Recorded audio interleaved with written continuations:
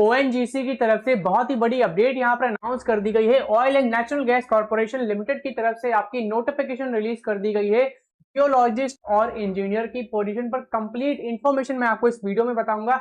इसमें eligibility criteria क्या है, सिलेक्शन का प्रोसेस क्या रहने वाला है, सैलरी कितनी क्या यहाँ पर रहेगी, कैसे आपको इसमें अप्लाई करना है, कंप्लीट इंफॉर्मेशन मैं आपको इस वीडियो में शेयर करूंगा। तो दोनों चैनल को हमारे सब्सक्राइब कर ले, रैंकिंग पीडिया एजुकेशन और इंजीनियरिंग पीडिया एजुकेशन यूट्यूब चैनल को भी सब्सक्राइब कर ले, उसमें आपको अपकमिंग क्लासेस मिल जाएंगी।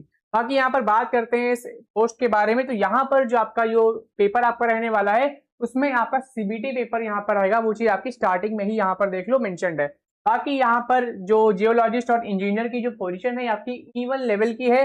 इसमें आपका अप्रोक्सीमेट जो कंपनसेशन पैकेज मेंशन्ड है वो आपका यहाँ पर है 26 लाख सीटीसी आपका यहाँ पर पैकेज यहाँ पर रहने वाला है। बाकी पे स्केल कितना क्या रहेगा, बेसिक पे स्केल क्या है, अलाउंसेस क्या क्या क्या यहाँ पर रहने वाले हैं वो आप यहाँ पर देख सकते हो। पोस्ट लेवल मैंने बता दिया है, E1 लेवल की पोस्ट आपकी है जिसमें बेसिक पे आपका 60,000 रुपीज से लेकर 1,80,000 रुपीज ये आपका यहाँ पर बेसिक पे है। अलाउंस में अगर आप देखोगे 35% ऑफ बेसिक पे तो आपका यहाँ पर डेयरनेस अलाउंस HRA, बाकी यहाँ पर चीजें देख सकते हैं क्या क्या इसमें अलाउंसेस आपको प्रोवाइड किए जाएंगे। बात करते हैं यहाँ पर नंबर ऑफ वैकेंसीज के बारे में, पोस्ट वाइज यहाँ पर कितनी क्या यहाँ पर वैकेंसीज है। पहले हम बात करते हैं पेट्रोलियम इंजीनियरिंग में, तो इसमें यहाँ पे क्वालिफिकेशन क्या रिक्वायर्ड है। अगर आपने ग्रेजुएशन डिग्री यानी अगर आपने ग्रेजुएशन कंप्लीट किया है पेट्रोलियम इंजीनियरिंग में मिनिमम 60% मार्क्स के साथ तो आप इसमें अप्लाई कर सकते हो। अगर आपने ग्रेजुएशन कंप्लीट किया है अप्लाइड पेट्रोलियम इंजीनियरिंग में मिनिमम 60% मार्क्स के साथ तो भी आप पेट्रोलियम इंजीनियरिंग स्ट्रीम में अप्लाई कर सकते हो।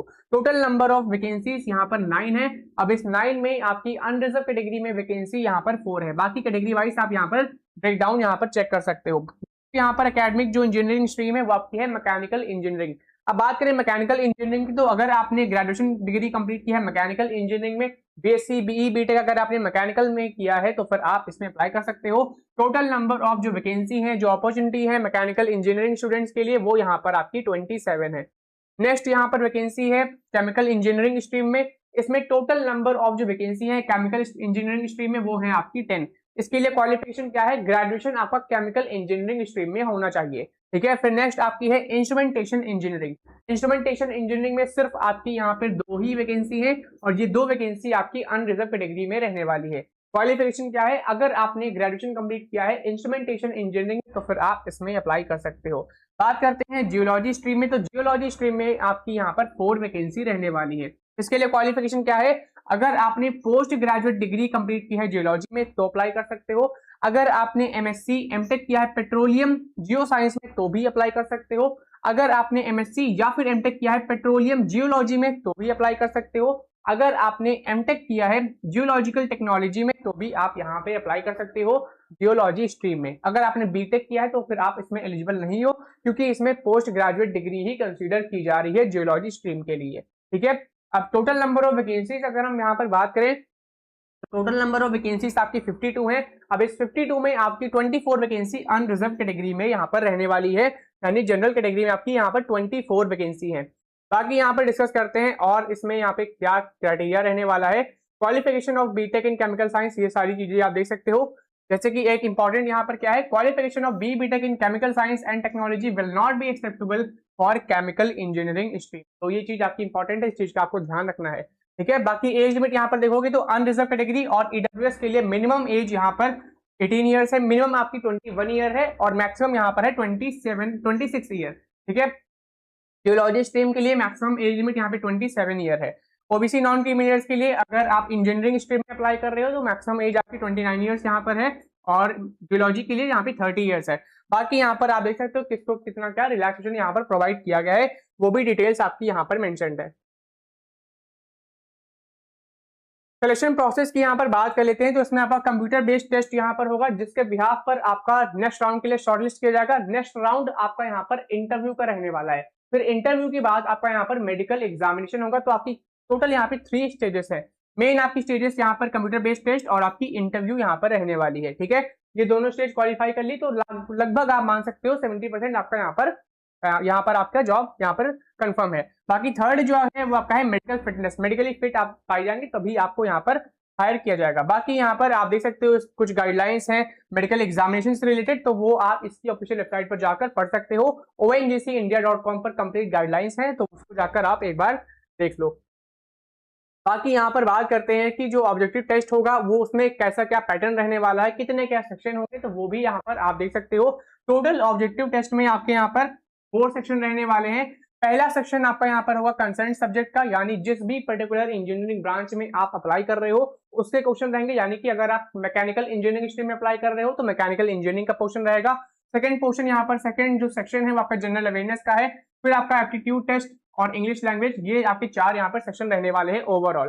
पहला सेक्शन आपका कंसर्न सब्जेक्ट है, यानी अगर आप मैकेनिकल में अप्लाई कर रहे हो तो मैकेनिकल का पोर्शन आएगा, सिविल में अप्लाई कर रहे हो तो सिविल का पोर्शन आएगा। ठीक है, दूसरा सेक्शन यहाँ पर है जनरल अवेयरनेस का, थर्ड सेक्शन आपका है एप्टीट्यूड टेस्ट और फोर्थ सेक्शन आपका यहाँ पर है इंग्लिश लैंग्वेज। ठीक है, टोटल जो टाइम है वो आपका यहाँ पे 2 आवर्स का ये पेपर आपका कंडक्ट किया जाएगा, यानी सीबीटी पेपर आपका 2 घंटे का यहाँ पर रहने वाला है। ठीक है, और इसमें शॉर्टलिस्टिंग आप देख सकते हो 1:5 रेशियो में आपको शॉर्टलिस्ट किया जाएगा यहाँ पर इंटरव्यू राउंड के लिए, तो ये चीज भी आप देख सकते हो।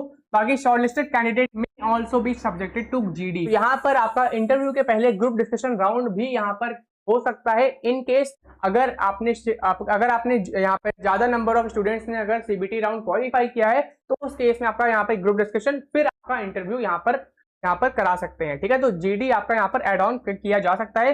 फिलहाल अभी जो रिक्रूटमेंट की जो स्टेजेस है वो आपकी यहाँ पे सीबीटी है और इंटरव्यू है, फिर आपका मेडिकल फिटनेस, ये 3 ही यहाँ पर हैं।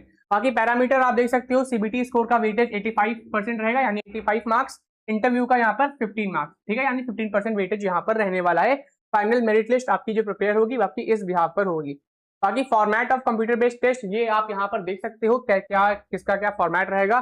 कंसर्न सब्जेक्ट जो मैंने आपको बताया उसके 40 क्वेश्चन आएंगे, बाकी यहाँ पर जनरल अवेयरनेस के 10 क्वेश्चन आएंगे, एप्टीट्यूड टेस्ट के 25 क्वेश्चन आएंगे, इंग्लिश लैंग्वेज के यहाँ पर 10 क्वेश्चन आएंगे। ओवरऑल आपके यहाँ पर 85 नंबर ऑफ क्वेश्चन यहाँ पर रहने वाले हैं।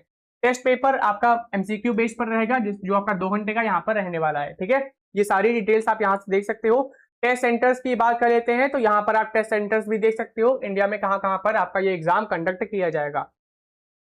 बाकी फाइनलाइजेशन ऑफ मेरिट लिस्ट, ये सारी चीजें आप यहाँ से पढ़ सकते हो। कैसे क्या अप्लाई करना है, तो आपको ONGC इंडिया की ऑफिशियल वेबसाइट पर ही जाकर अप्लाई करना होगा, ONGCindia.com, और 17 जुलाई से एप्लीकेशन स्टार्ट हो रही है और इसकी जो लास्ट डेट है वो आपकी है 31 जुलाई 2026। ठीक है, तो यहाँ पर आपकी 17 जुलाई से लेकर 31 जुलाई तक आप इसमें अप्लाई कर सकते हो और आपको एक ही एकेडमिक या इंजीनियरिंग स्ट्रीम में आपको अप्लाई करना होगा, तो ये चीज भी आपको ध्यान रखनी है। बाकी यहाँ पर जो गाइडलाइंस है वो सारी गाइडलाइंस आप यहाँ से पढ़ सकते हो। फीस की यहाँ पर बात करें तो अगर आप जनरल OBC EWS कैटेगरी से हो तो 1000 रुपीज फीस यहाँ पर आपको चार्ज यहाँ पर देने होंगे। SC ST PWBD की कोई भी यहाँ पे चार्जेस यहाँ पर नहीं है। ठीक है, और ये फी आपकी नॉन रिफंडेबल रहने वाली है। बाकी कंडक्ट ऑफ सीबीटी, तो सीबीटी की भी टेंटेटिव जो आपकी डेट है वो आपकी यहाँ पर मेंशन्ड है 6 अगस्त 2020, 6 सितंबर 2026 को आपका यहाँ पर सीबीटी पेपर यहाँ पर कंडक्ट किया जाएगा। ठीक है,